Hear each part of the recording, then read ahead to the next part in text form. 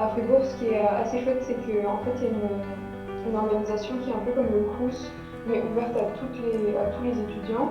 Il pense en Allemagne que les étrangers sont désavantagés sur le marché de l'immobilier, donc c'est une catégorie prioritaire pour être logé dans les résidences. C'est le système allemand qui est beaucoup plus axé sur, comme disait Thelma, tout ce qui est recherche. C'est beaucoup moins. Enfin, c'est pas vraiment on enregistre plein de connaissances, c'est beaucoup de méthodologie.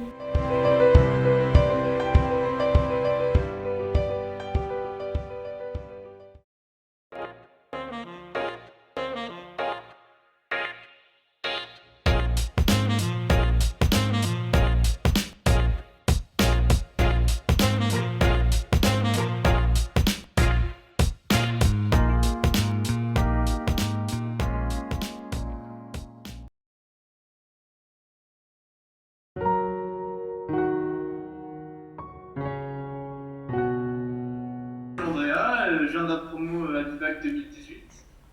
J'ai fait 2 ans de prépa à Daudet. Et là, du coup, je suis en école d'ingénieur à Lyon. Moi, j'ai fait la promo 2015, donc ça date déjà un peu. J'ai fait la licence franco-allemande de communication et coopération transfrontalière entre Metz et Saarbrücken. Après ça, j'ai fait un volontariat écologique franco-allemand à Mainz. Et là, je suis en deuxième année de master en gestion de l'environnement à Bruxelles.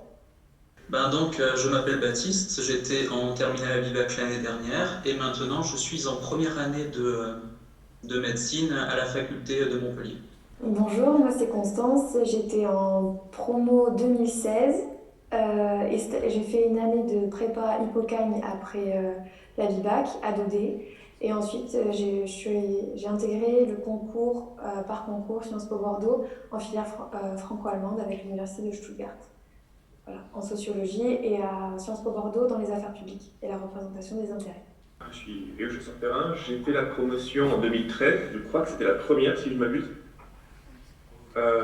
J'ai enchaîné sur une année de CPES, qui est une classe préparatoire de préparation aux classes préparatoires, un peu particulier.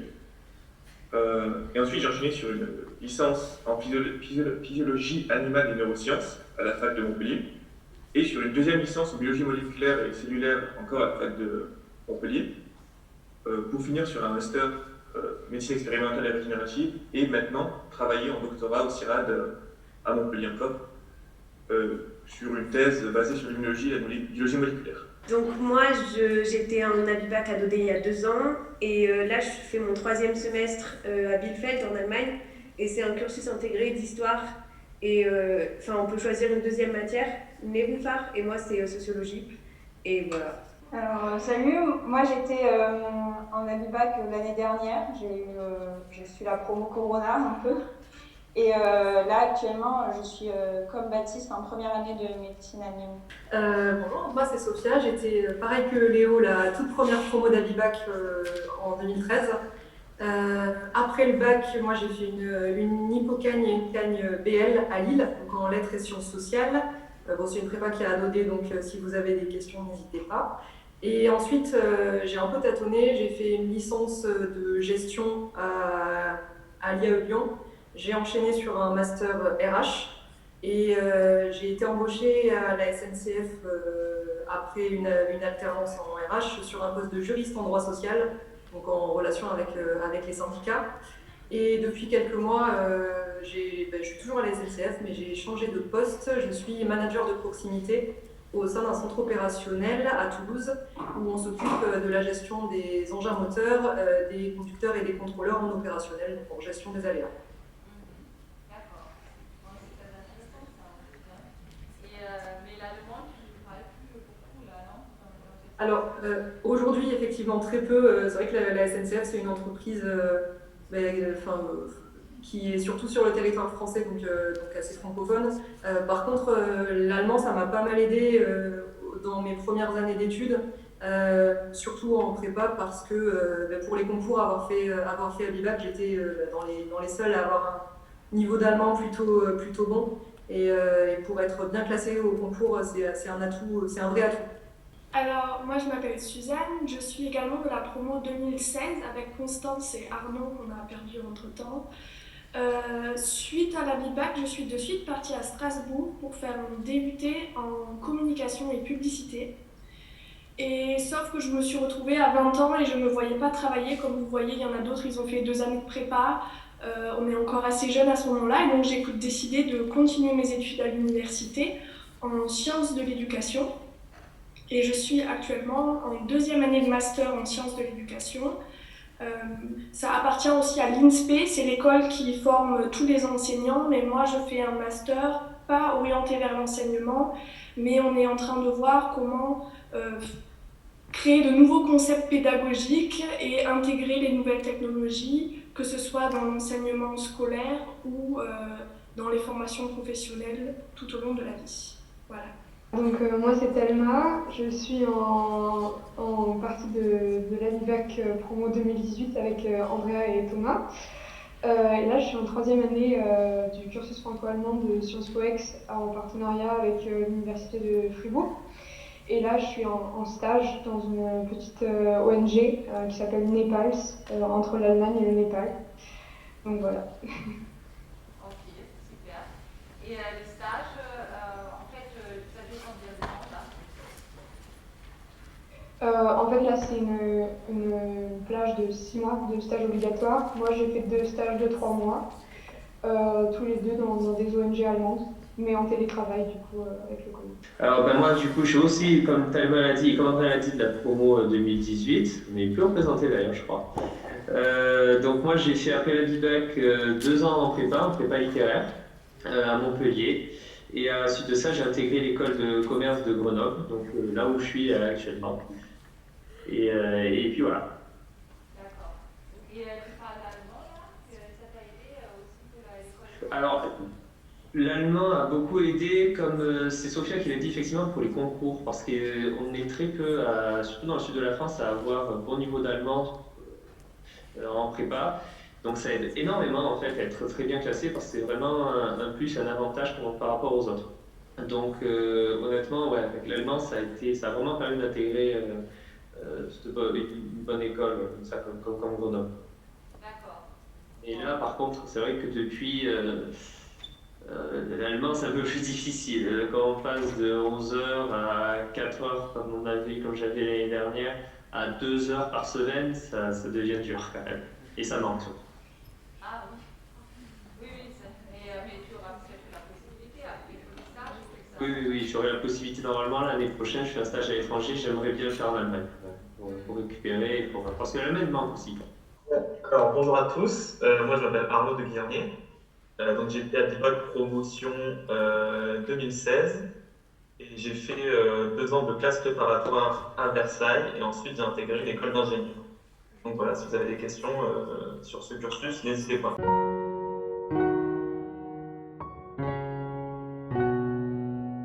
Alors oui, c'est une très bonne porte d'entrée pour y rentrer. Seulement, je pense qu'il faut aller au-delà de ses connaissances à BIBAC. Alors moi, j'avais tenté Sciences Po Bordeaux à la fin de la terminale et je ne l'avais pas eu et je l'ai retenté après en prépa une fois que j'étais en Hippocagne. Ce que je conseille, c'est de s'ouvrir un peu à la culture allemande pour préparer le concours. Alors je crois que les modalités ont un peu changé, ont évolué, mais voilà, à se renseigner. Mais oui, en attendant, c'est le niveau qu'on recherche. Je crois qu'il n'y a pas de personnes qui n'ont pas fait d'ABIBAC à Sciences Po Bordeaux, du moins dans la FIFA, la filière intégrée franco-allemande.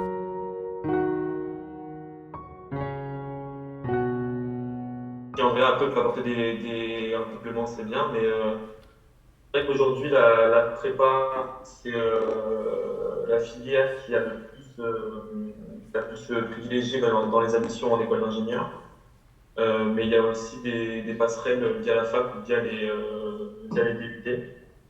Mais c'est une question qui est assez large. Je ne sais pas si je peux t'apporter une réponse très complète maintenant. Ça dépend aussi beaucoup du type d'école d'ingénieur que tu vises, des spécialisations que tu vises. Et dans ce cas-là, c'est vrai qu'il y a des licences qui vont être plus ou moins bien à faire dans l'optique d'intégrer ces ces écoles-là. Donc il n'y a pas que la prépa, mais c'est vrai que ça dépend. Si tu veux juste tu veux savoir, ingénieur, juste l'idée d'être ingénieur, c'est possible sans passer par la prépa. Mais si tu as déjà en tête une idée d'une école ou d'une spécialisation qui t'intéresse, c'est peut-être plus facile avec ces invitations-là de publier dans ton parcours. D'accord. Et peut-être que je peux aussi ajouter, qu'il y a des écoles d'ingénieurs en Allemagne, des universités, et c'est pas du tout le même système qu'ici, parce que en Allemagne, on postule directement à l'université et on entre directement dans les études d'ingénieur. Et ça dépend de la moyenne du bac qu'on a, donc le numerus clausus. Et dans certaines universités, le numerus clausus il n'est pas très très élevé non plus, donc ça c'est toujours une possibilité. Voilà, Andrea, tu veux dire quelque chose aussi pour les écoles d'ingénieurs? Ouais, alors moi je suis plus sur les écoles de chimie, mais c'est des écoles d'ingénieurs aussi, il n'y a pas de souci. Généralement, si on veut des grosses écoles d'ingénieurs avec de la renommée, ça peut être les mines, ça peut être Centrale.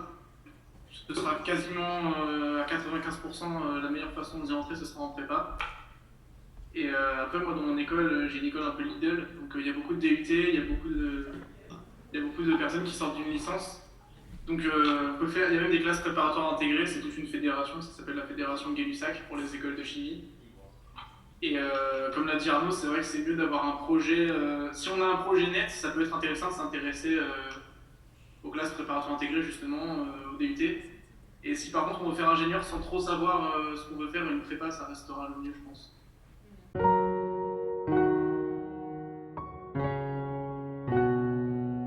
Alors, je me permets de répondre parce que moi, dans mon école, moi je suis aux Arts et Métiers, je ne sais pas si vous connaissez.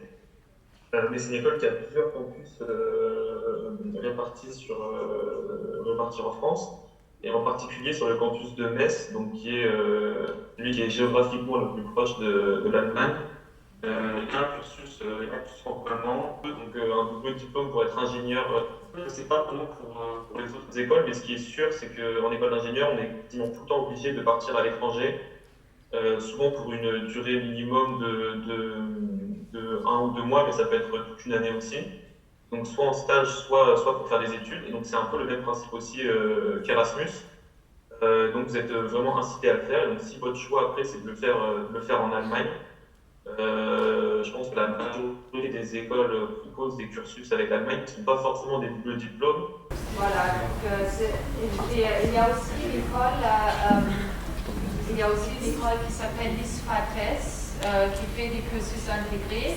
Et après, il y a toutes les grandes écoles, il faut regarder, on peut aussi rentrer par le côté allemand. Et après, on fait quand même le même cursus que les autres, voilà. Et c'est une possibilité, voilà, c'est une très bonne possibilité. Oui, Andrea, tu voulais encore ajouter quelque chose? Ouais, je crois qu'il y a une école aussi qui propose des cursus franco-allemands, c'est le CPM de Strasbourg. Et celle-là, elle a une prépa intégrée et on peut l'intégrer avec toutes les prépas intégrées du réseau Gay-Lussac. Et par concours, mais elle est assez demandée parce qu'elle est plutôt bien cotée, donc faut tout à fait pour l'avoir, je pense.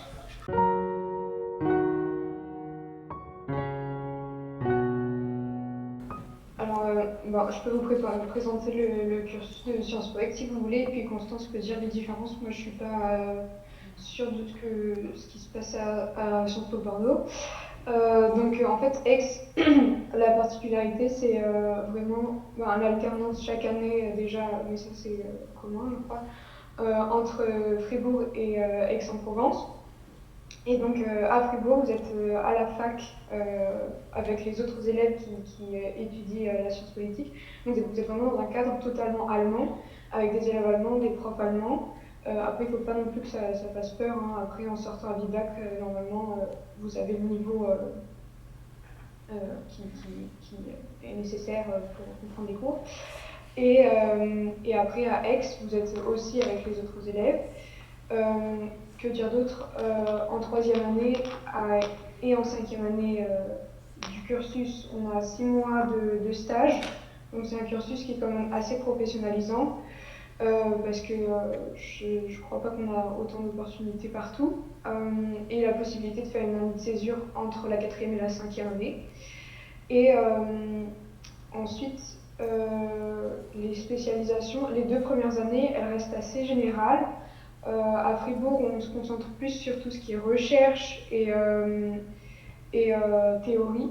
Et ensuite, à Sciences Po Ex, c'est plus concret et basé sur acquérir une base de connaissances de culture générale qui est très large. Donc il va de l'économie aux relations internationales, en passant par donc, la théorie politique, tout ce qui est philosophie politique, tout ça. Voilà, que dire d'autre? Vas-y, Constance, je te fais compléter. Oui, pendant que tu parlais, j'essayais de faire des Stichpunkte. Alors, c'est la différence principale, je crois, entre Bordeaux et Aix, c'est qu'à Bordeaux, on va en Allemagne qu'à partir de la deuxième année. Je crois qu'à Aix, on part directement en première année. On commence à l'université de Freiburg. À Bordeaux, c'est l'inverse. On va commencer directement à Bordeaux, 12 Français, 12 Allemands, avec qui vous allez tout le long de votre scolarité. Première année à Bordeaux, deuxième année à Stuttgart. Stuttgart, c'est les mêmes. En fait, ce qui va vraiment être différent, c'est ce que vous allez faire à Freiburg ou à Stuttgart, ce que vous allez préférer, puisqu'au final, les deux Sciences Po proposent à peu près les mêmes choses.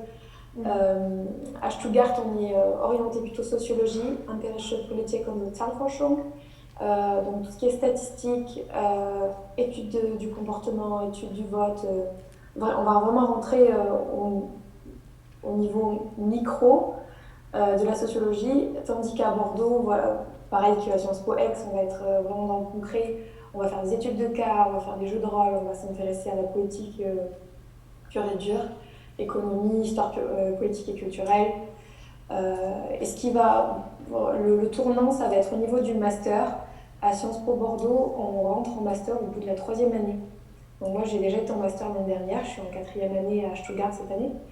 Et en fait, vous avez des masters différents par contre selon les IEP. Donc à Aix, on ne va pas du tout proposer les mêmes orientations, à Bordeaux différemment, Strasbourg aussi, à Rennes aussi.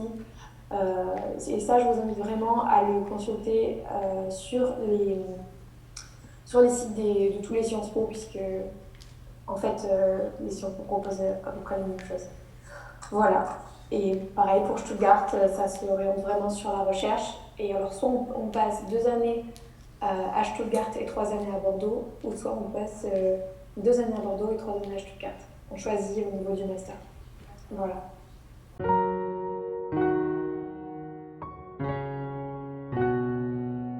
Ça, c'est une question pratique qui s'adresse à tous ceux qui ont fait des doubles cursus franco-allemands. Comment vous avez fait pour vous loger? Donc, si vous aussi, il faut déménager d'une année à l'autre à chaque fois, est-ce que c'était facile de trouver? Est-ce qu'il y a des dispositifs? Comment ça se passe? Tu veux continuer, Thérèse? C'est la galère. Moi, je pense qu'il faut aimer faire les cartons. Ah oui, il faut aimer bouger tout le temps. Vous êtes quelqu'un de casanier qui n'aime pas qui est là pour du confort, c'est pas payé. Surtout quand on est dans certaines où le marché de l'immobilier est très tendu. Je parle en connaissance de cause. Berlin, c'est une galère sans nom pour se loger. Je ne sais pas comment c'est les autres dans nos villes respectives, mais moi, 3 ans que je galère un peu à me loger. C'est compliqué. Alors à Fribourg, je me permets de continuer. À Fribourg, ce qui est assez chouette, c'est qu'en fait, il y a une organisation qui est un peu comme le Crous, mais ouverte à tous les étudiants. Où en fait, du coup, vous vous inscrivez pour avoir un appartement et on vous propose un appartement pour toute la durée de vos études. Après, du coup, vous devez couper, vu que vous changez avec Sciences Po Ex, vous changez chaque année, donc vous coupez le contrat. Mais normalement, vous avez le logement et c'est pas super cher. Donc Fribourg pour les étudiants, en fait, comme Fribourg, c'est une pas très grande ville avec majoritairement des étudiants, il y a beaucoup de choses qui sont faites pour eux. Donc voilà, ça c'est pas trop mal pour le coup. Comment ça s'appelle l'organisme? C'est le Studienwettbewerb? Comment ça s'appelle? C'est ça? C'est Studienwettbewerb Freiburg. Oui, super, oui. Et oui, qu'est-ce que tu voulais dire? Oui, Oui, c'est pareil pour Sciences Po. Bordeaux, on a des places réservées pour les 12 Français. Donc on n'a pas besoin de chercher un logement. On arrive et il y a les 12 places déjà qui sont réservées pour nous, et ça pour les 2 années en Allemagne. Et le loyer de 300 euros. Alors que le marché à Stuttgart aussi est très tendu. Donc ça, c'est quand même, c'est assez confortable.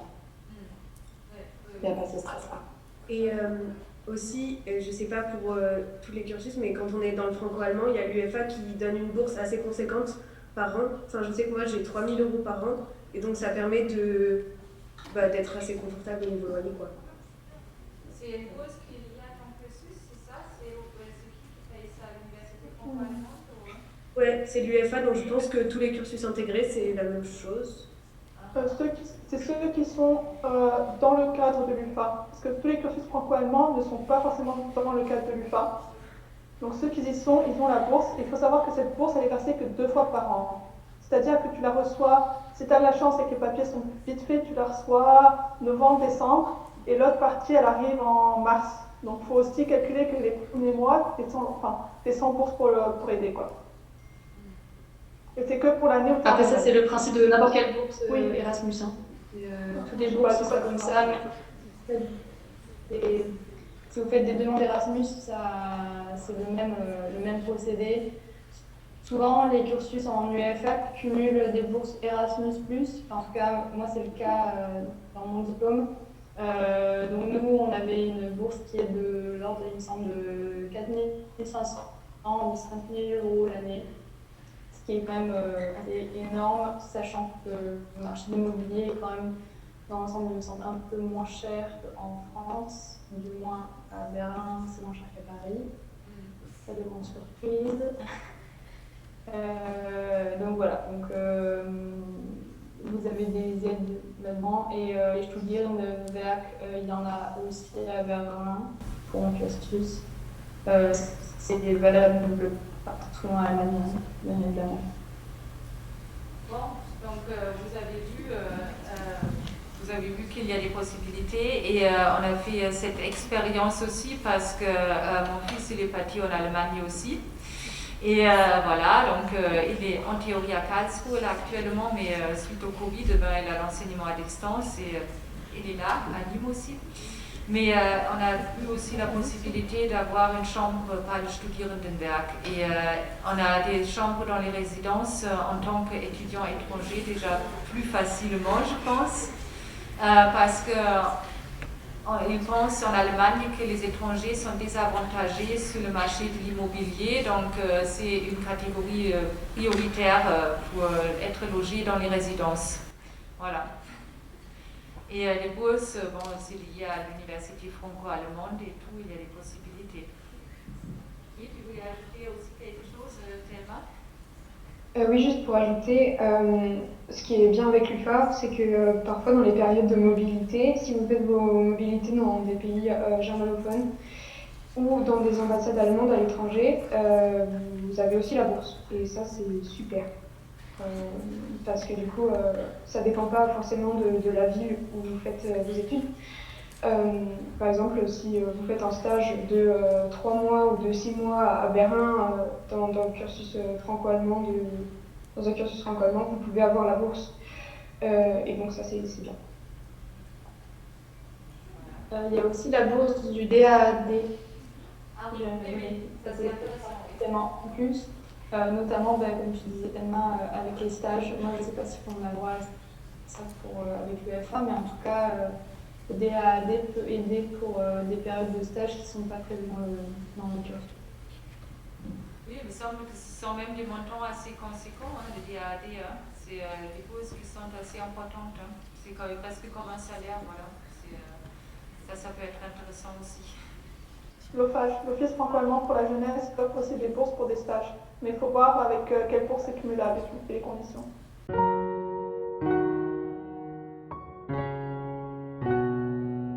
Alors, il y a plusieurs personnes qui ont fait des années de césure dans ma promotion. Et que vous la fassiez en Allemagne, en Allemagne, ce qui est super, c'est que du coup, vous renforcez à fond votre niveau d'allemand. Mais de toute façon, le plus vous faites de choses, c'est un peu cliché, mais le plus vous faites des choses pour enrichir votre dossier, le plus on se sera intéressé. Donc par exemple des services civiques ou des choses comme ça, c'est encouragé, bien sûr.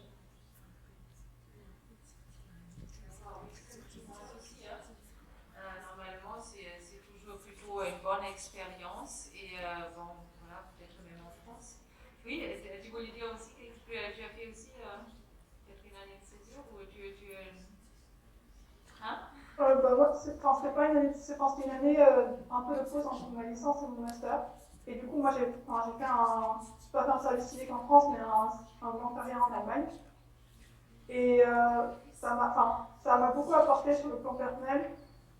Et c'est vraiment, moi, j'ai envie de vous conseiller de faire des années de césure, des années de pause dans vos études, et de ne pas tout faire d'un coup, comme c'est assez conseillé en France, parce que du moins c'était de mon temps, où il fallait tout faire d'un coup, parce que c'est important de faire des pauses et de réfléchir à vraiment ce que vous voulez faire, quoi. Et ça peut être que bénéfique. Moi, je sais que j'ai des amis de ma promo d'Abibac ou de licence avec qui je suis en contact et qui me disent qu'en fait, ils ont tout fait d'un coup et que maintenant, en fait, ils prennent le temps de réfléchir à où est-ce qu'ils veulent aller et ce qu'ils veulent faire. Moi, je dis, n'hésitez pas à faire des pauses, c'est toujours bénéfique. J'aimerais ajouter quelque chose. Je n'ai pas fait de césure pour en parler. J'ai fait une CPES, qui est une classe préparatoire, qui prépare aux écoles supérieures, où tu peux choisir ton cursus, faire ce que tu veux faire. Donc j'ai pris une base de PCSI, en physique, chimie et tout. Mais à ça, tu peux ajouter plein de matières différentes. Et vu qu'à la fin de mon bac, je ne savais pas exact, il y a plusieurs matières que j'aimais bien, différentes, biologie, chimie, même l'histoire. Hein. Et du coup, j'ai pris des options en littérature, j'ai pris des options en géographie, j'ai pris des options en histoire, dans le cadre de cette CPES, pour toucher un peu à tout avant de partir plus loin. Donc moi aussi, je suis de cet avis de prenez le temps après le bac, si vous ne savez pas trop, s'il y a plusieurs matières qui vous plaisent, de réfléchir soit sur un an en faisant une césure, soit comme je l'ai fait avec une CPES, il y en a une à côté d'ailleurs, pour toucher un peu à tout, être sûr que vous allez vous engager là où vous voulez. C'est que de toute façon, les césures ou les années de pause, les Allemands, ils en font à fond. Moi, dans mon année, donc moi je suis arrivée, j'avais pas encore 18 ans. La plupart des Allemands avaient 20 ou 21 ans, parce qu'ils font plein de trucs à côté. Donc voilà, comme quoi ça va pas vous handicaper du tout de faire des pauses, voire plutôt même l'inverse. Donc allez-y, foncez. Alors la question encore pour IEP, si on réussit le concours, donc le concours IEP normal, mettons, et après on fait une année de césure, est-ce qu'on garde sa place ou pas? Non, désolée. Oui. Non, il faut. Tu l'as à l'année où tu le passes. Après, la place est perdue. Oui, parce que sinon, oui, ça peut être un peu difficile à gérer aussi, hein, c'est clair. Oui, c'est ça, pour les quotas. Et sinon, pour l'année de césure, en fait, c'est drôle parce qu'on a à peu près. Enfin, on n'a pas les mêmes choses. Dans mon école, c'est bien vu côté allemand pour les 12 Allemands qui préparent le cursus. Mais pour les Français, s'ils ont fait une année de césure, c'est moins bien vu. Parce que Français, ils se demandent justement qu'est-ce qu'ils ont fait pendant un an, quoi. Donc il faut pouvoir le justifier. Je pense qu'on ne peut pas avoir fait un voyage pendant un an. Oui. Alors que c'est très bien, je ne veux pas de jugement là-dessus. Bien au contraire, mais c'est moins bien vu pour entrer dans une école. Je le conseille de le faire peut-être au bout de comme l'a fait Aurélia, entre le master et la licence, c'est très bien. Oui, ça, c'est sûr. Et après, en Allemagne, en plus, ça dépend des études. Si vous passez par le numerus clausus, si vous avez fait une année de césure, en plus, votre note de bac va être améliorée. C'est ce qu'on appelle le Wartesemester. C'est un semestre d'attente. Donc ça veut dire que vous avez même dans certains cursus plus de chances d'être pris quand vous avez attendu un peu que si vous y allez tout de suite. Donc c'est votre philosophie. Voilà. Alors. Madame, oui. De même pour les personnes qui vont avoir leur bac à 17 ans, vous avez en Allemagne qu'on appelle, pour les personnes qui sont pas par la majorité en arrivant à l'université, pareil, une amélioration de notes. Donc pour les personnes qui veulent, je sais pas moi, faire médecine, faire droit ou faire psychologie en Allemagne, c'est très dur. Disons le numéro clausus très haut. n'hésitez pas à envisager l'Allemagne pour médecine, pour droit, pour ce genre de cursus-là.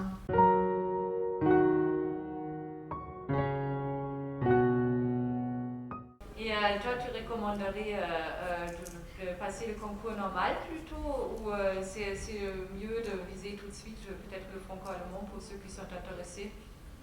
Moi, je pense qu'il faut, si la personne veut tous les tenter, il faut qu'elle le fasse.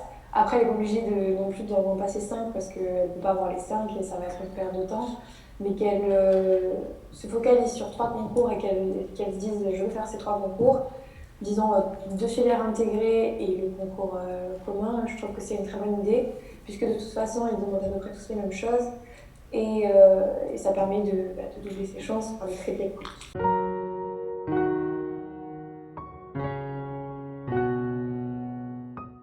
C'est une licence d'histoire, quoi, donc c'est dans une université allemande, donc c'est le système allemand qui est beaucoup plus axé sur, comme disait Thelma, tout ce qui est recherche. C'est beaucoup moins. Enfin, c'est pas vraiment. On enregistre plein de connaissances, c'est beaucoup de méthodologie, oui, voilà, et c'est sur des thèmes très très précis. Après, on est assez libre sur les sujets sur lesquels on veut travailler. Et voilà, et la 3e année, c'est rapide. Et ce que disait Marc tout à l'heure en chimie, en fait c'est la même chose, c'est pas du tout une école, c'est aussi avec l'université de Bielefeld.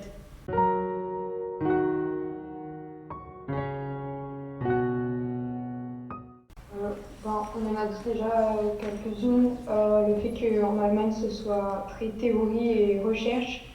Par exemple, en Allemagne vous allez devoir faire dès la première année, vous allez devoir faire des courts mémoires, c'est des Hausarbeit, où vous allez devoir écrire 20 pages de recherche, donc avec des citations, faire ça bien comme de la recherche, quoi. Et en France, c'est beaucoup moins ça. Après, du coup, si vous faites franco-allemand, vous avez ce bagage qui est utile de citer les sources, tout ça. Vous savez où chercher. Mais en France, on ne fait pas du tout de la recherche comme ça. C'est plus des dissertations pour les partiels, tout ça. Après, peut-être que les autres pourront compléter. Moi, c'est ça qui m'a le plus frappé dans les différences.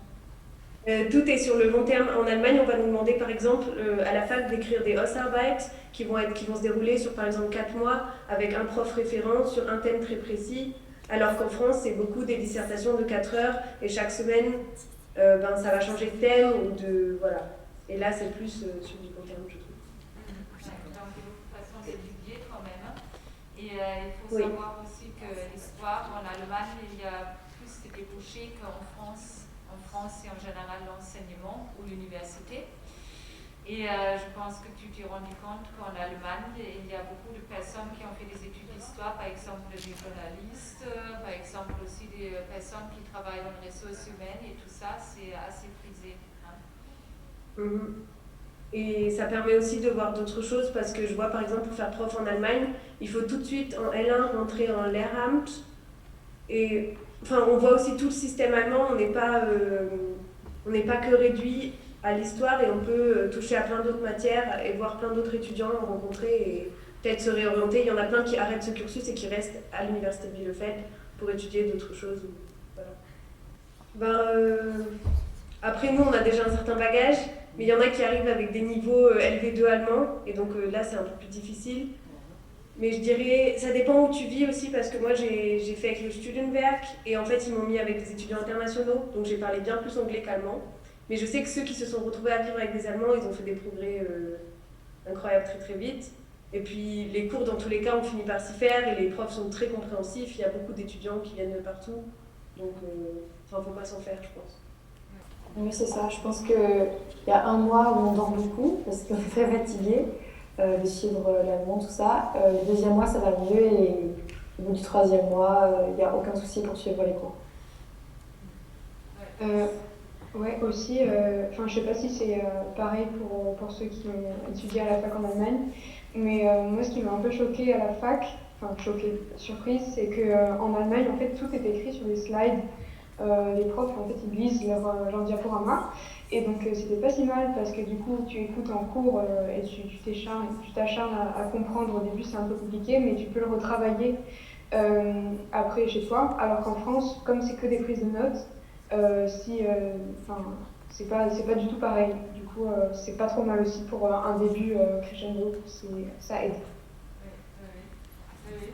Je me souviens aussi quand j'ai fait des études en France, au début c'était un peu, j'étais aussi à Sciences Po Bordeaux d'ailleurs, quelques mois, et qu'il fallait prendre les notes, et quand on n'avait pas les notes, le cours et tout ça, on avait vraiment des problèmes.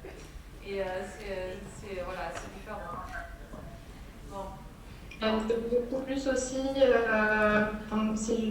par rapport à ça, dis qu'en Allemagne, j'ai l'impression qu'on anime beaucoup plus le sens critique aussi des étudiants, c'est-à-dire qu'on va avoir la division est très différente de l'université française et allemande, mais il va y avoir par exemple des pro-séminaires où on est en petits groupes et où là ça va être plus de pédagogie inversée avec beaucoup de lecture de textes et ensuite de travail en cours et de discussion en cours plutôt qu'un cours magistral proprement dit.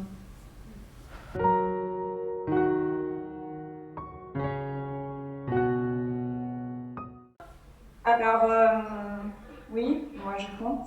En tout cas pour moi, après Baptiste Thivet peut rajouter des détails. Le diplôme en lui-même d'Abibac, en tout cas si tu veux pas faire médecine en Allemagne, moi c'est pas le choix que j'ai fait parce que j'étais pas sûre de pouvoir atteindre la note qu'il fallait. Il sert pas à entrer à l'université, c'est pas pris en compte en soi. Enfin, en tout cas, j'ai pas senti de différence de prise en charge et tout ça. Mais en fait, l'Abibac, ça m'a permis surtout d'acquérir beaucoup de capacités de travail, ce qui fait que j'ai pas ressenti une énorme charge de travail quand je suis entrée en médecine. Ça m'a pas je ne me suis pas retrouvée écrasée sous le poids des cours, etc. parce que j'étais déjà habituée à travailler énormément et à avoir des difficultés à comprendre certaines matières, notamment l'histoire géo et la littérature en allemand.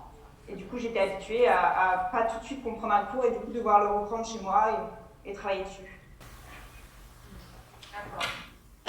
Et ça, c'est peut-être une expérience un peu générale. J'ai souvent entendu quand on a fait l'Abibac, on a déjà une certaine habitude de travailler et ça facilite beaucoup de choses, soit dans les études comme la médecine, ou peut-être que la prépa aussi. Hein. Et voilà, est-ce que vous voulez dire quelque chose là-dessus aussi concernant cet apport entre guillemets de l'Abibac, même si on ne fait pas forcément de l'allemand après? Est-ce que quelqu'un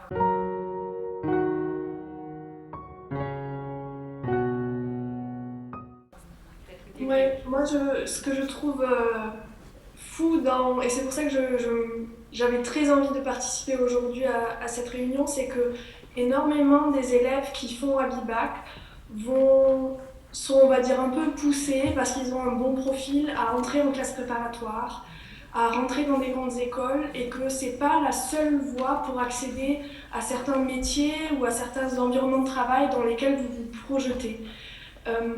Il y a plein d'autres formations universitaires en France qui sont très bien. Comme on a pu le voir avant, c'est sûr qu'on développe des habitudes de travail qui vont vous permettre de réussir, quelles que soient les études que vous faites, si elles vous plaisent un minimum, normalement, vous réussissez. Parce que si vous êtes pris dans la section et que vous arrivez à terminer Abibac à Dodé, je ne me fais pas trop de soucis pour vous. Par contre, voilà, il faut penser aussi qu'on peut très bien faire une licence dans une université française et puis intégrer un master franco-allemand par la suite. Il y a notamment à Strasbourg énormément de masters franco-allemands qui sont accessibles pour des Français. Donc si vous avez le bagage Abibac derrière, ça va vous aider. Et puis de penser aussi que Abibac et cette formation, ça vous ouvre des portes pour les stages et les expériences professionnelles. Ça, on n'en parle pas assez. Je pense que, en tout cas, là, on n'est pas beaucoup, mais il y a beaucoup d'étudiants franco-allemands qui ont fait Abibac qui sont dans l'est de la France. Alors, c'est pas le meilleur endroit où être en ce moment, mais ça vous permet en fait de travailler après dans des entreprises qui cherchent des gens qui ont votre profil, qui sont à l'aise dans les 2 langues, voire dans 3 langues avec l'anglais en plus. Voilà, ça me paraît important de dire que on n'est pas obligé de faire une classe préparatoire, on n'est pas obligé de faire médecine, on n'est pas obligé de forcément viser haut, quoi qu'on fasse, on peut s'en sortir. Et c'est aussi intéressant peut-être si vous n'êtes pas certain, si vous n'avez pas une vision claire, de vraiment prendre le temps de regarder les offres de formation de différentes universités. Allez voir d'abord des villes qui vous intéressent et puis regardez l'offre de formation parce que des fois on tombe sur des choses qu'on n'imaginait même pas. Voilà, ça me paraît important de le mettre en avant aujourd'hui. Oui. C'est une très bonne remarque, merci, parce que c'est vrai que pour l'ABIBAC, c'est franco-allemand et c'est aussi autre chose qu'apprendre à bosser. Voilà, c'est comment dire, c'est une voiture culturelle et vous avez beaucoup de possibilités. Hein.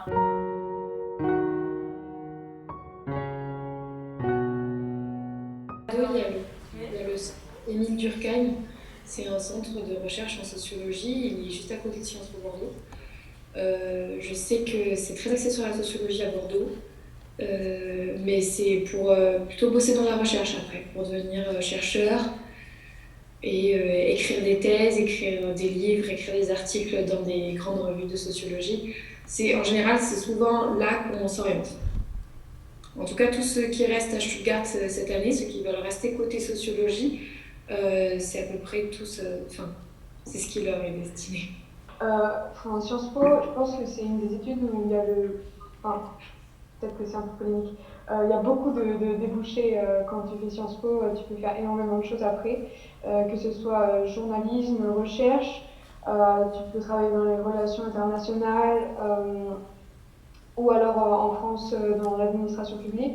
Je sais qu'à Sciences Po Aix, dès la deuxième année, tu commences à te spécialiser. Il y a 4 modules qui sont possibles, donc c'est carrière internationale, analyse des sociétés, stratégie, quelque chose comme ça, administration publique et économie et management. Donc vraiment, après, en fait, si tu veux te spécialiser dans quelque chose, ce que je te conseille, c'est ce que Constance avait dit aussi tout à l'heure, c'est regarde les masters que proposent les Sciences Po, parce que c'est différent, ça varie.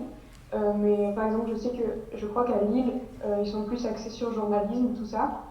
Et à Sciences Po Aix, c'est plus géostratégie et relations internationales. Donc voilà. Mais globalement, les débouchés sont vraiment divers.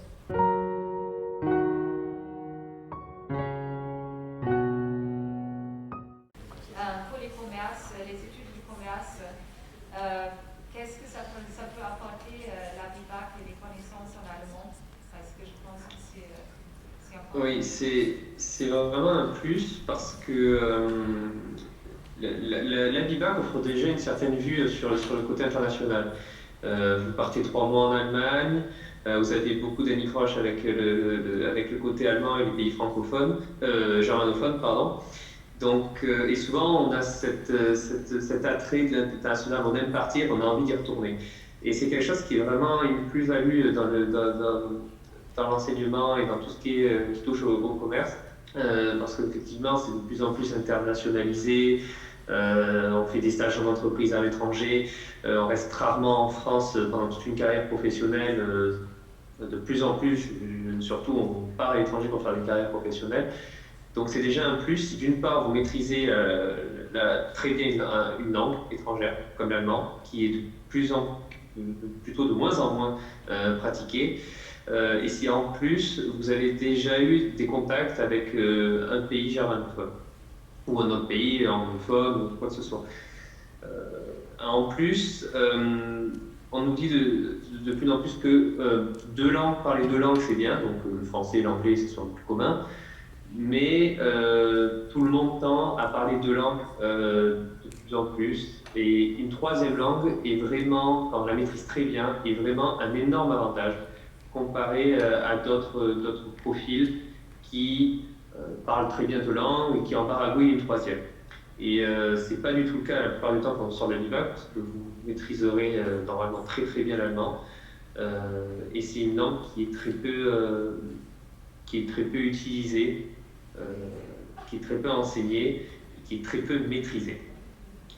Ensuite, vous vous retrouverez souvent en école de commerce avec beaucoup d'espagnol, et là encore, c'est un avantage de parler allemand et d'avoir en plus ce côté européen où bah, c'est beaucoup l'Allemagne et la France qui prédominent aujourd'hui. Donc c'est très bien d'avoir ce côté allemand très développé, ce côté connaissance allemande très développé.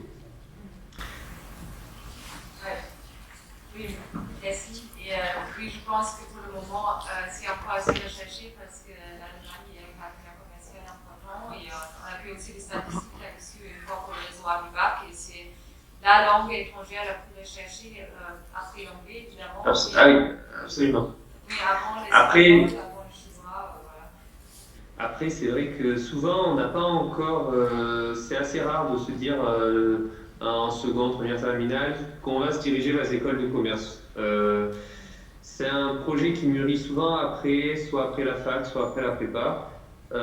Parce que c'est très rare, et c'est dommage que Théo Castelnau ne soit pas là, il en aurait parlé aussi, qu'on intègre directement après le post-bac une école de commerce. Donc du coup, c'est un projet qui mûrit plus ou moins après 2 ans, après un cursus un peu tampon où on commençait à connaître et à apprendre l'existence de ces écoles et savoir tous les débouchés qu'il peut y avoir derrière. Oui, il y a énormément de débouchés, hein. Il y en a énormément. Et, oui, c'est vrai. Et on peut aussi faire des études d'économie en Allemagne d'ailleurs. Voilà. Et il y a plein de cursus binationaux aussi.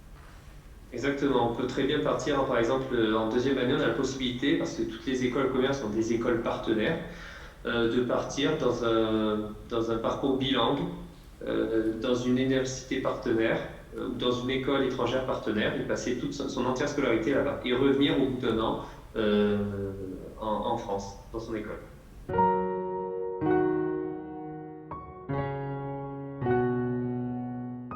Oui, du coup, donc j'ai fait quoi comme étude? Ah oui, donc du coup j'étais dans la première promo à l'IBAC avec Sophia que je vois là et Léo, il y a 8 ans maintenant à peu près je pense. Et après j'ai fait une licence en droit international et en langue, une double licence à Grenoble qui s'appelle DAPI. DAPI langue, quelque chose comme ça, donc en anglais et en allemand. Après j'ai fait mon année d'Erasmus à Berlin.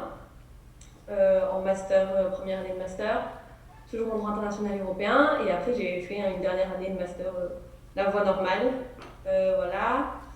Après ça j'ai travaillé 1 an, et puis finalement j'ai été embauchée comme journaliste, et j'ai commencé ensuite un contrat en alternance, un contrat de professionnalisation, dans un média, dans le média dans lequel je travaillais déjà, et avec l'école de journalisme de Lille.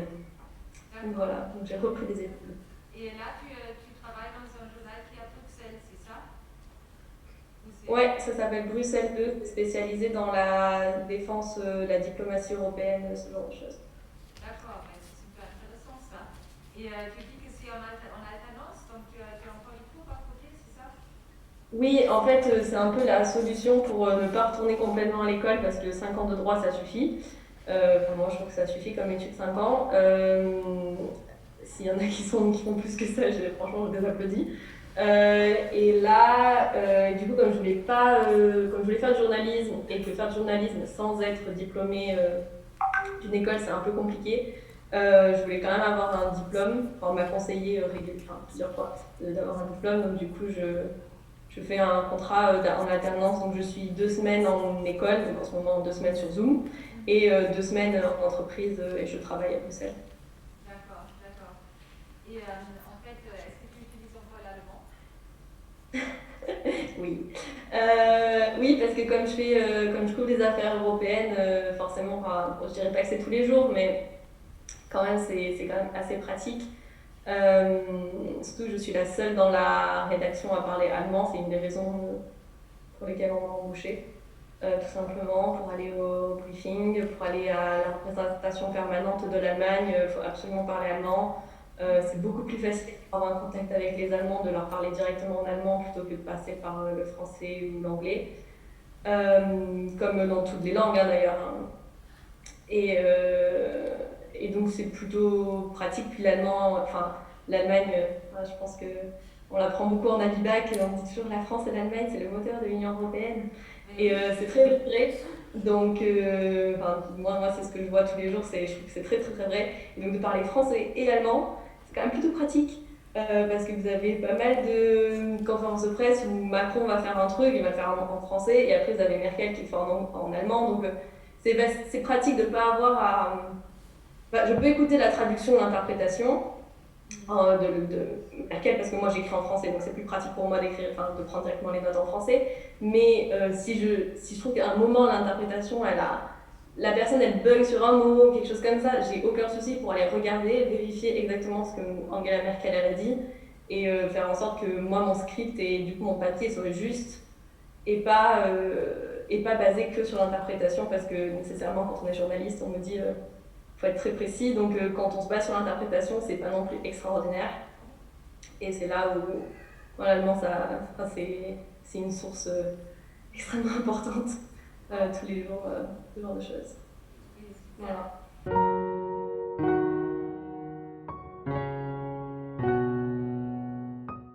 Ouais, alors je suis pas une pro des études de droit, parce que du coup, moi, la formation que j'ai faite, c'était de suite axé sur le droit international. Donc on choisissait soit dès le début, normalement on commençait les études de droit, enfin une licence de droit en tout cas, en faisant un peu de tout, et après vous vous spécialisez en droit privé, donc droit des personnes, droit des entreprises, ou droit public, en gros, donc droit des institutions, en gros on va dire que c'est ça.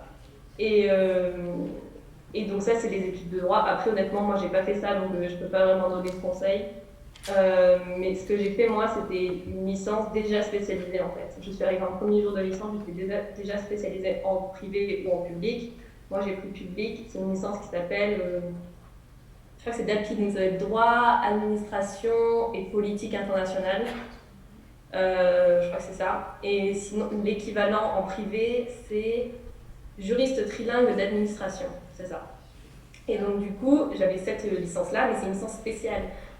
Moi, j'ai pas fait du droit des entreprises, j'ai pas fait du droit pénal, j'en ai fait à peine. C'est vraiment, j'ai fait très très très peu de choses comme ça. Par contre, j'ai eu des cours d'histoire internationale 4 heures par semaine. J'ai eu des cours sur le droit de l'Union européenne assez poussés, des cours sur comment fonctionnent les institutions internationales, comment fonctionne l'ONU, plein de trucs comme ça, beaucoup de droit humanitaire. Et à côté, j'ai fait une licence de langue. Mais c'est prévu dans le cursus en fait. Et je faisais de l'allemand et de l'anglais. Et là, j'avais, je crois, 6 heures par semaine dans chaque langue. Donc ça devait être 2 heures de grammaire, 2 heures de traduction et de thème. Donc dans un sens et puis dans l'autre. Et 2 heures de civilisation. En allemand, c'est la même chose qu'on fait dans l'IBAC. C'est la même chose. C'est pratique. Moi, si vous voulez, je peux compléter. Parce que j'étais dans le cas de faire un double diplôme en droit, juste après la BIBAC.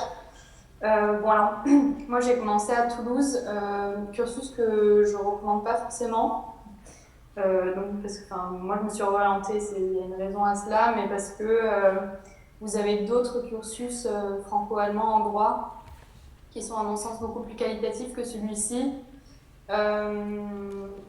Ceux qui sont très connus, c'est il y en a à Paris 2, il y en a un il y en a un entre Cologne et Panthéon-Sorbonne, et un entre Panthéon-Sorbonne, la Humboldt-Universität à Berlin et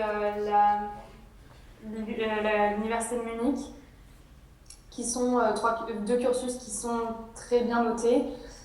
Et il y a aussi des cursus en droit franco-allemand avec l'université de Saarbrück qui sont en partenariat avec Toulouse. Donc Toulouse, moi c'était pas celui-là de diplôme qui était, il s'est greffé du coup l'année où je suis partie. Saarbrück, mais donc là vous faites 2 ans à Saarbrück et après vous faites la 3e année en France, Metz et Paris il me semble. Donc je vous conseillerais plutôt ces diplômes-là. En droit, faites bien attention que le double diplôme soit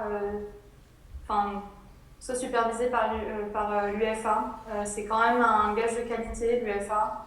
Je sais que ça fait un petit peu promontoire pour l'université franco-allemande, mais c'est pas pour rien que ça existe. Et notamment pour des cursus comme ça reste quand même un gros plus.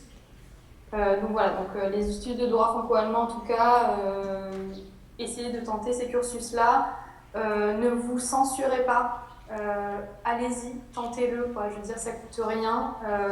Sur un coup de chance, ça peut passer. Et si vous avez un très bon dossier, il n'y a aucune raison que ça ne passe pas. Sachez aussi que voilà, le franco-allemand, vous, c'est au centre de votre vie, mais il n'y a pas beaucoup de monde non plus dans ce domaine-là. C'est-à-dire que, disons que vous avez un peu un grand boulevard qui est ouvert à vous quand vous commencez dans ce domaine-là. Alors effectivement, quand vous êtes dans des filières très très sélectives comme Sciences Po, etc., il y a la renommée de l'école qui fait que c'est compliqué de rentrer. Mais dans les autres diplômes, ne vous censurez pas, en tout cas à ce niveau-là, en vous disant que vous n'avez pas un niveau d'allemand suffisant parce que, je ne sais pas, il y a un Albibac à Strasbourg où il y a 50% des élèves qui sont franco-allemands. Ne vous censurez pas, allez-y, foncez et voilà, allez-y, quoi. Je veux bien compléter ça sur les études de langue, parce que du coup, moi j'ai fait en plus donc, des études de langue. Je ne sais pas si quelqu'un a déjà fait ça et en a déjà parlé précédemment. Non. Enfin. Oui, de langue. LEA, langue étrangère appliquée. Et donc du coup, moi j'ai fait en anglais et en allemand. Et en fait, le niveau d'allemand était beaucoup plus bas que quand je suis sortie de la Bivac. Et j'ai été très très déçue. Parce que en fait, quand je suis arrivée, que j'ai rencontré le prof principal de la filière de l'allemand, je lui ai demandé comment était le niveau, qu'est-ce qui était attendu, tout ça, et il m'a fait miroiter des choses. Et donc je m'attendais à trouver un niveau qui était équivalent au mien, alors que j'étais pas dans les meilleurs de ma promo en Albibac. Et au final, je me suis retrouvée à être la meilleure de la classe sans avoir à rien faire. Je dis pas que c'est une bonne chose et je dis pas que ça veut dire qu'il faut pas travailler, mais du coup moi d'avoir fait du droit à côté c'était vachement pratique parce que l'allemand c'était vraiment ce qui me faisait remonter ma moyenne et au final ça m'a quand même permis de garder un minimum un niveau. Bon, j'ai quand même perdu, mais ça m'a quand même permis de garder un minimum un niveau. Mais c'est quelque chose qu'il faut réfléchir si vous pensez à faire des études de langue, faut pas non plus se mettre des barrières. Pour les études de droit en franco-allemand, vous avez aussi un diplôme entre Dijon et Mainz, donc Mayence. Il y a Juliette Auger qui était dans ma promotion, vous pouvez lui envoyer un message, qui est dans ce diplôme. Et là, c'est un diplôme qui va de la licence au master.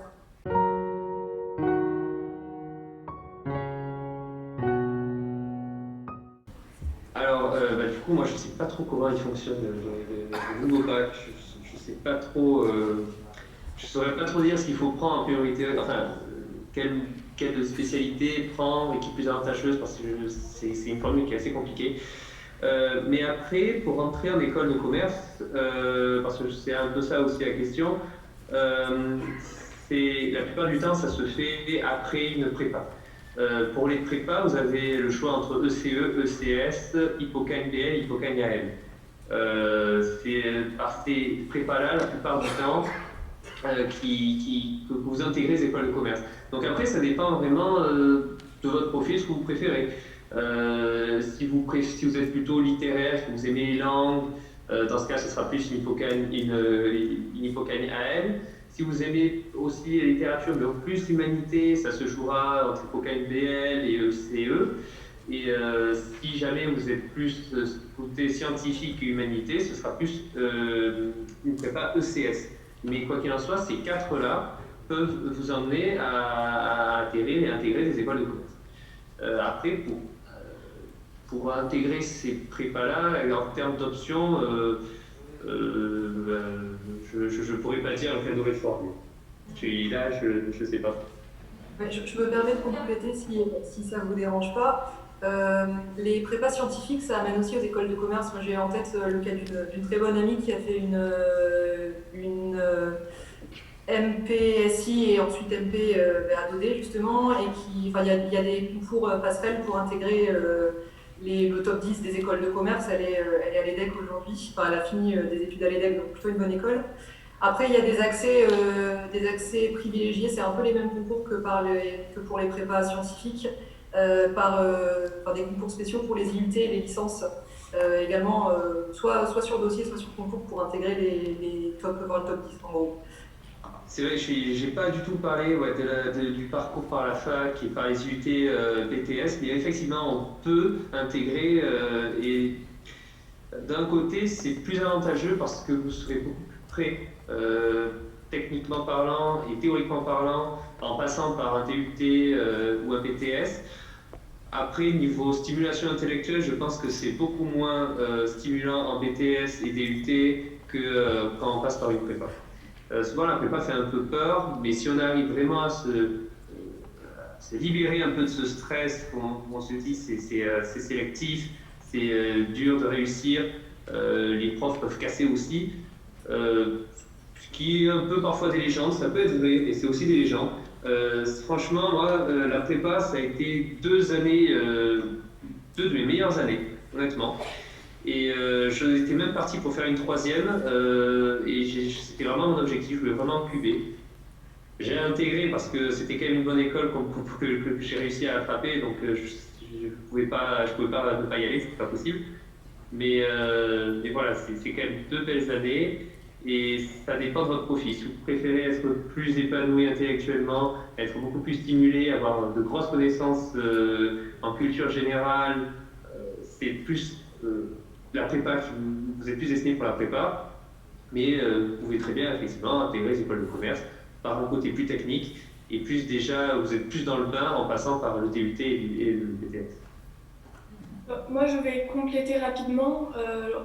Je ne vais pas jouer à la conseillère d'orientation du tout, mais il y a quelque chose qui me paraît important aussi, dont on ne parle pas beaucoup et qui peut-être questionne certains d'entre vous, c'est aussi le financement de vos études.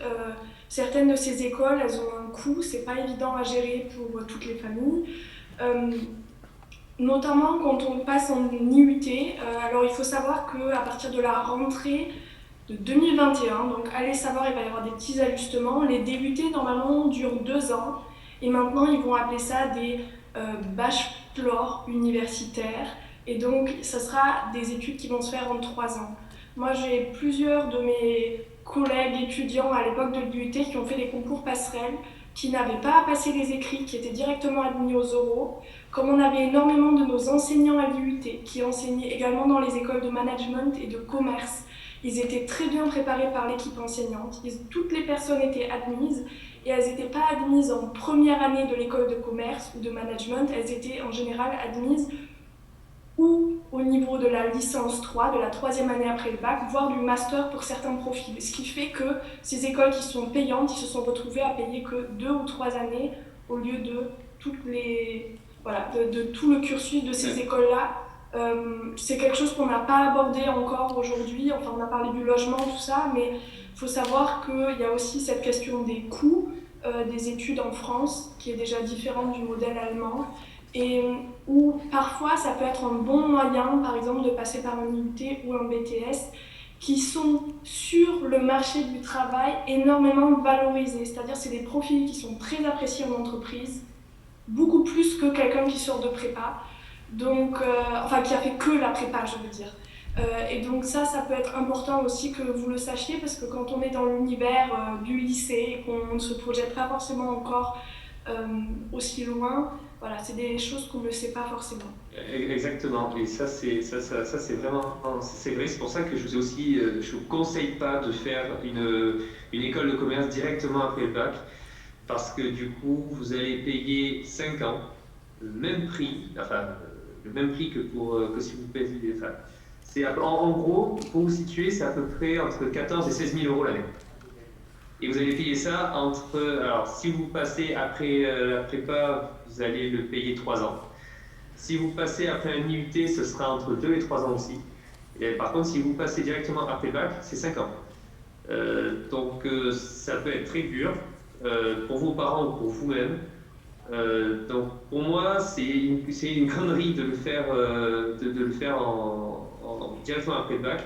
Et effectivement, cette IUT, c'est vraiment une excellente voie aussi, qui prépare très bien.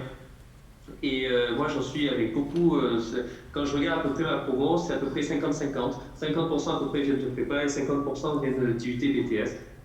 Et ils démarrent avec moins de retard parce qu'ils sont plus au fait des choses par leur formation au préalable. Mais après, l'écart se réduit largement et en fin de première année, on voit très peu de différence. Donc c'est vrai qu'il ne faut pas oublier non plus cet accès TUT, IUT. Après, je suis un peu moins catégorique par rapport à la prépa. C'est quand même extrêmement bien vu par les entreprises parce qu'on a la prépa quand même garde toujours ses lettres de noblesse même après de nombreuses années. Et c'est un autre parcours qui est différent. Et ce que recherchent aujourd'hui les entreprises, c'est des parcours qui sont complémentaires entre eux. Donc c'est pas forcément que des gens qui ont bien de prépa qui vont être sélectionnés dans leur vie professionnelle, ni que ceux qui viennent de BTS, et ainsi de suite. Ça va être un mélange de tout ça pour essayer de vraiment former une dynamique collective. Oui, dernier mot sur les écoles de commerce. Bon, on connaît beaucoup les écoles de commerce du top 5 qui sont des écoles privées. Après, il existe aussi des écoles de commerce et de management qui sont des écoles publiques rattachées à l'université. Et je pense notamment, ce que j'ai fait moi, c'est les IAE. Donc il y en a un petit peu partout. Sur la partie sud de la France, il y a l'IAE d'Aix, il y a l'IAE de Toulouse qui est rattachée à Toulouse Business School qui est plutôt connue. Et bon, pour revenir sur le sujet des frais de scolarité, c'est vrai que c'est une alternative sympa pour faire du commerce, pour faire du management, de la gestion et tout ça, sans avoir à payer des frais exorbitants. Voilà. Mais oui, tout à fait. Moi, je me suis laissée, j'ai suivi un peu les opportunités qui se sont présentées. Je ne savais pas quoi faire après la prépa. Je suis allée dans une école de commerce public, du coup. Et de fil en aiguille, de stage en stage, j'en suis arrivée là sans projet défini au début. D'accord. Bon, mais merci à vous.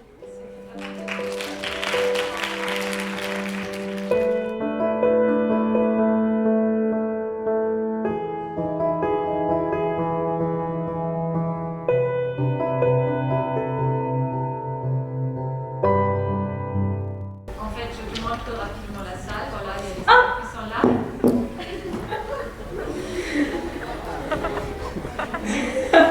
Ça fait du bon. Voilà.